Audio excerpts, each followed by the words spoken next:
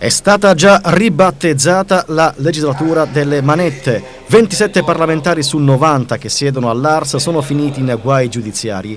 È senza dubbio un triste primato per la già tanto martoriata Sicilia. La carrellata di reati è varia: concorso in associazione mafiosa, peculato, truffa, abuso d'ufficio, falso in bilancio, voto di scambio, concussione, bancarotta, associazione a delinquere finalizzata alla gestione di appalti, fino ad accuse minori come inquinamento acustico e simulazione di reato. Dei 27 deputati inquisiti, solo Fausto Fagone del PID al momento ha lasciato il suo posto all'Ars. Poi vi sono anche dei casi che hanno fatto scalpore.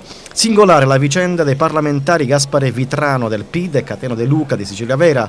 Il primo, arrestato per tangenti nel fotovoltaico, è stato reintegrato dopo la scarcerazione, ma avendo il divieto di dimora in Sicilia, svolge le sue funzioni parlamentari senza poter mettere piede a Palazzo dei Normanni.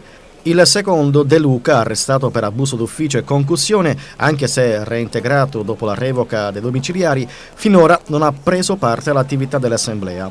Recentemente è stato reintegrato all'Ars, dopo l'arresto per truffa, il deputato Riccardo Minardo dell'MPA. Gli ultimi invece a finire sotto processo sono Fabio Mancusa e Roberto Corone, due deputati del PDL arrestati nell'ambito di un'indagine su truffe finanziarie e immobiliari coordinata dalla Procura di Roma. Gli arresti e le indagini stanno condizionando inevitabilmente l'agenda politica regionale.